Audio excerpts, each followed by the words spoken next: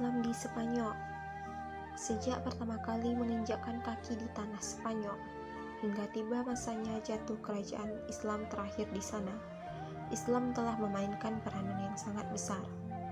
Masa itu berlangsung lebih dari 7,5 abad.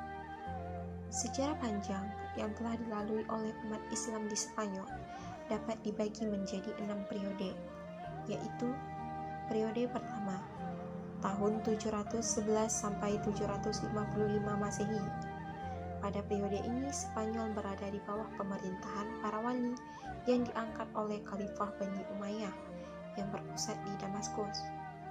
Pada periode ini, stabilitas politik negeri Spanyol belum tercapai secara sempurna.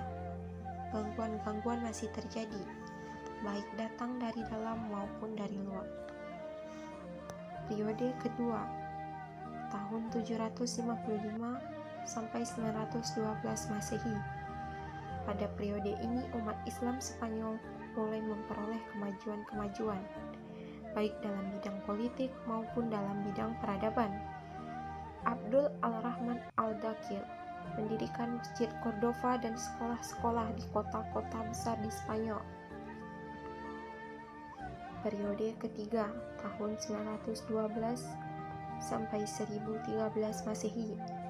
Periode ini berlangsung mulai dari pemerintahan Abdul Al-Rahman III yang bergelar An-Nasir sampai munculnya raja-raja kelompok yang dikenal dengan sebutan Muluk Al-Tawif. Pada periode ini, umat Islam Spanyol mencapai puncak kemajuan dan kejayaan menyaingi kejayaan Daulat Abbasiyah di Baghdad. Periode keempat, tahun 1013 sampai 1086 Masehi. Pada periode ini, Spanyol terpecah menjadi lebih dari 30 negara kecil di bawah pemerintahan raja-raja golongan yang berpusat di suatu kota seperti Seville, Cordova, Toledo, dan sebagainya. Yang terbesar di antaranya adalah Abbadiyah di Seville. Pada periode ini, umat Islam Spanyol kembali memasuki masa pertikaian intern. Ironisnya, kalau terjadi perang saudara, ada di antara pihak-pihak yang bertikai itu meminta bantuan kepada raja-raja Kristen. Periode kelima, tahun 1086 sampai 1248 Masehi. Pada periode ini, Spanyol Islam meskipun masih terpecah dalam beberapa negara, tetapi terdapat satu kekuatan yang dominan, yaitu kekuatan dinasti Morabitun tahun 1086 sampai 1143 Masehi dan dinasti Muwahhidun tahun 1146 sampai 1235 Masehi.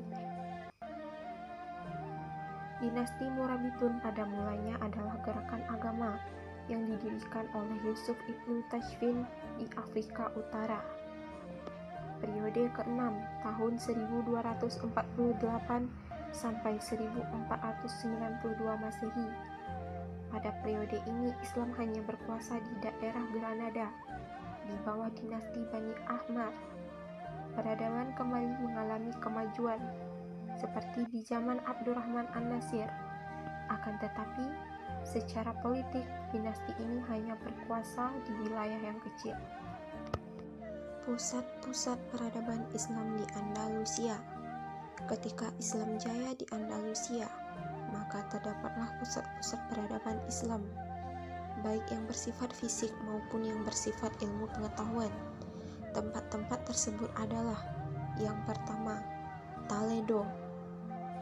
Toledo terdapat banyak tempat-tempat untuk ilmu pengetahuan, yaitu perguruan Baitul Hikmah, Kutubul Hannah untuk menampung terjemahan ilmu pengetahuan, dan rumah sakit, laboratorium, dan istana. Yang kedua, Cordova. Cordova merupakan ibu kota Spanyol. Setelah Spanyol menjadi wilayah Islam, maka bangunannya diberi gaya seni bangunan Islam, sehingga Andalusia kemudian terkenal dengan kota-kotanya yang indah, masjid-masjid yang cantik, demikian juga taman-taman dan rumah-rumah rakyatnya. Selain itu, Cordova terdapat kota-kota kecil mungil yang menjadi satelitnya. Yang pertama, Al-Qasrul Kabir atau kota raja. Al-Qasrul Kabir adalah salah satu petanda zaman yang sangat mengagumkan. Kota raja tersebut dibangun oleh Abdurrahman Ad-Dakhil pada pertengahan abad ke-11 Hijriah. Di tengah-tengah kota raja tersebut dibangun sebanyak 430 gedung, yang diantaranya terdapat istana-istana yang besar dan agung, yang masing-masing diberi nama khusus, seperti Kamil, Mujadid, Khair, Raudah, Masyuk, Mubarak, Rasyid, Syurur, dan Badi. Yang kedua, Az-Zahra atau kota Az-Zahra. Qasru Az-Zahra ini dibangun oleh Khalifah Nasyir pada tahun 325 Hijriah. Dalam kota Zahra terdapat sebuah masjid besar, istana-istana dan taman-taman indah. Bahkan pilarnya ada 4.300 buah yang sebagiannya didatangkan dari Roma dan Tunisia. Yang ketiga, Zahira. Zahira adalah kota yang didirikan oleh Khalifah Mansur bin Abi Amir. Zahira ini digunakan sebagai benteng yang kuat untuk mempertahankan diri dari serangan musuh. Kemudian kota yang ketiga, Granada. Granada merupakan kota nomor 2 di Andalusia. Dinamakan orang dengan kota Damaskus di barat atau Damaskusnya Andalusia, karena banyak aneka buah-buah anggur, apel, dan sebagainya. Di samping itu, Granada terkenal dengan arsitektur bangunannya di Eropa, seperti Alhama yang merupakan istana yang indah dan megah, serta dikelilingi taman-taman yang tidak kalah indahnya. Perkembangan politik. Pada awalnya Andalus dikuasai oleh seorang wali, Yusuf Al-Fihri, yang ditunjuk oleh Khalifah di Damaskus dengan masa jabatan biasanya 3 tahun. Namun pada tahun 740-an Masehi terjadi perang saudara yang menyebabkan melemahnya kekuasaan Khalifah. Pada tahun 746 Masehi, Yusuf Al-Fihri memenangkan perang saudara tersebut, menjadi seorang pengusaha yang tidak terikat kepada pemerintahan di Damaskus. Pada tahun 750 Masehi, Bani Abbasiyah menjatuhkan pemerintahan Umayyah di Damaskus dan merebut kekuasaan atas daerah-daerah Arabia. Namun pada tahun 756 Masehi, Abdurrahman Ad-Dakhil melengsarkan Yusuf Al-Fihri dan menjadi penguasa Cordoba dengan gelar Amir Cordoba. Ia memerintah selama 30 tahun, namun memiliki kekuasaan yang lemah di Andalus, dan ia berusaha menekan perlawanan dari pendukung Al-Fihri maupun Khalifah Abbasiyah. Cucu Abdullah, Abdurrahman III, menggantikannya pada tahun 912 Masehi dan dengan cepat mengembalikan kekuasaan Umayyah atas Andalus dan bahkan Afrika Utara bagian barat. Pada tahun 929 Masehi, ia mengangkat dirinya sebagai khalifah, sehingga keamiran ini sekarang memiliki kedudukan setara dengan Khalifah Abbasiyah di Baghdad dan kekhalifahan Syiah di Tunis. Pengaruh peradaban Islam terhadap kemajuan peradaban Andalusia. Lebih dari 7 abad kekuasaan Islam di Spanyol, umat Islam telah mencapai kejayaannya di sana. Banyak prestasi yang mereka peroleh, bahkan pengaruhnya membawa Eropa kemudian dunia kepada kemajuan yang lebih kompleks. Yang pertama, kemajuan intelektual. Spanyol adalah negeri yang subur. Kesuburan itu mendatangkan penghasilan ekonomi yang tinggi dan pada gilirannya banyak menghasilkan pemikir. Kemajuan intelektual di Spanyol meliputi yang pertama, bidang sains.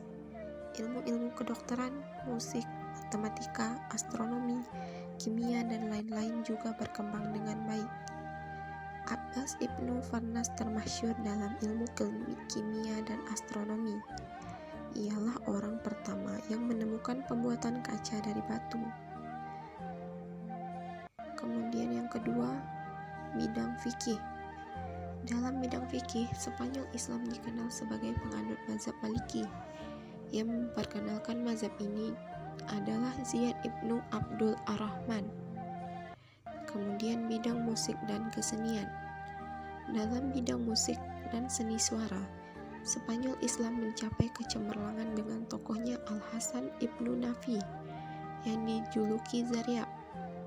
Setiap kali diselenggarakan pertemuan dan jamuan, Zaryab selalu menampilkan pertunjukannya dan kebolehannya. Yang keempat, bahasa dan bidang sastra. Bahasa Arab telah menjadi bahasa administrasi dalam pemerintahan Islam di Spanyol. Hal itu dapat diterima oleh orang-orang Islam dan non-Islam. Bahkan, penduduk asli Spanyol menomorduakan bahasa asli mereka.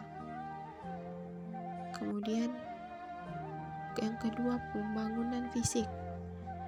Penduduk Spanyol baik muslim ataupun bukan memperoleh kesempatan yang sama untuk berperan serta dalam pembangunan negara. Oleh karena itu, Daulah Bani Umayyah II yang merupakan inti kekuasaan Islam di Spanyol mampu menempatkan Cordova sejajar dengan Konstantinopel dan Baghdad sebagai pusat peradaban dunia. Aspek-aspek pembangunan fisik yang mendapat perhatian umat Islam sangat banyak. Dalam perdagangan, jalan-jalan dan pasar-pasar dibangun. Demikian juga di bidang pertanian. Industri di samping pertanian dan perdagangan juga merupakan tulang punggung ekonomi Spanyol Islam. Namun demikian, pembangunan fisik yang paling menonjol adalah pembangunan gedung-gedung seperti pembangunan kota, istana, masjid, pemukiran, dan taman-taman. Faktor yang menyebabkan kemajuan dan keruntuhan Spanyol. Faktor kemajuan. Pada peradaban Islam Spanyol, kemajuan sangat ditentukan oleh adanya penguasa-penguasa yang kuat dan berwibawa, yang mampu mempersatukan kekuatan-kekuatan umat Islam, seperti Abdurrahman Ad-Dakhil, Abdul Al-Rahman Al-Wasid, dan Abdul Al-Rahman Al-Nasir.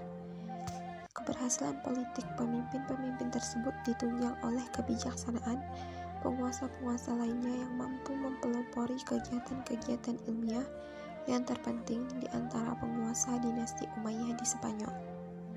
Dalam hal ini adalah Muhammad ibnu Abdul Al-Rahman dan Al-Hakam II Al-Muntasir. Kemudian, faktor kemunduran. Yang pertama, konflik Islam dengan Kristen. Para penguasa Muslim tidak melakukan Islamisasi secara sempurna. Mereka sudah merasa puas dengan hanya menagih upeti dari kerajaan-kerajaan Kristen taklukannya dan membiarkan mereka mempertahankan hukum dan adat mereka, termasuk posisi hierarki tradisional, asal tidak ada perlawanan bersenjata. Oleh karena itu, secara tidak langsung kehadiran orang Arab Islam di Spanyol telah membuat rasa kebangsaan Spanyol Kristen meningkat. Yang kedua, tidak adanya ideologi pemersatu. Kalau di tempat-tempat lain, para mukallaf diperlakukan sebagai orang Islam yang sederajat di Spanyol, sebagaimana politik yang dijalani Bani Umayyah di Damaskus. Orang-orang Arab tidak pernah menerima orang-orang pribumi. Setidak-tidaknya sampai abad 10 Masehi, mereka masih memberi istilah ibad dan muwalladun kepada para mu'alaf itu, satu ungkapan yang dinilai merendahkan.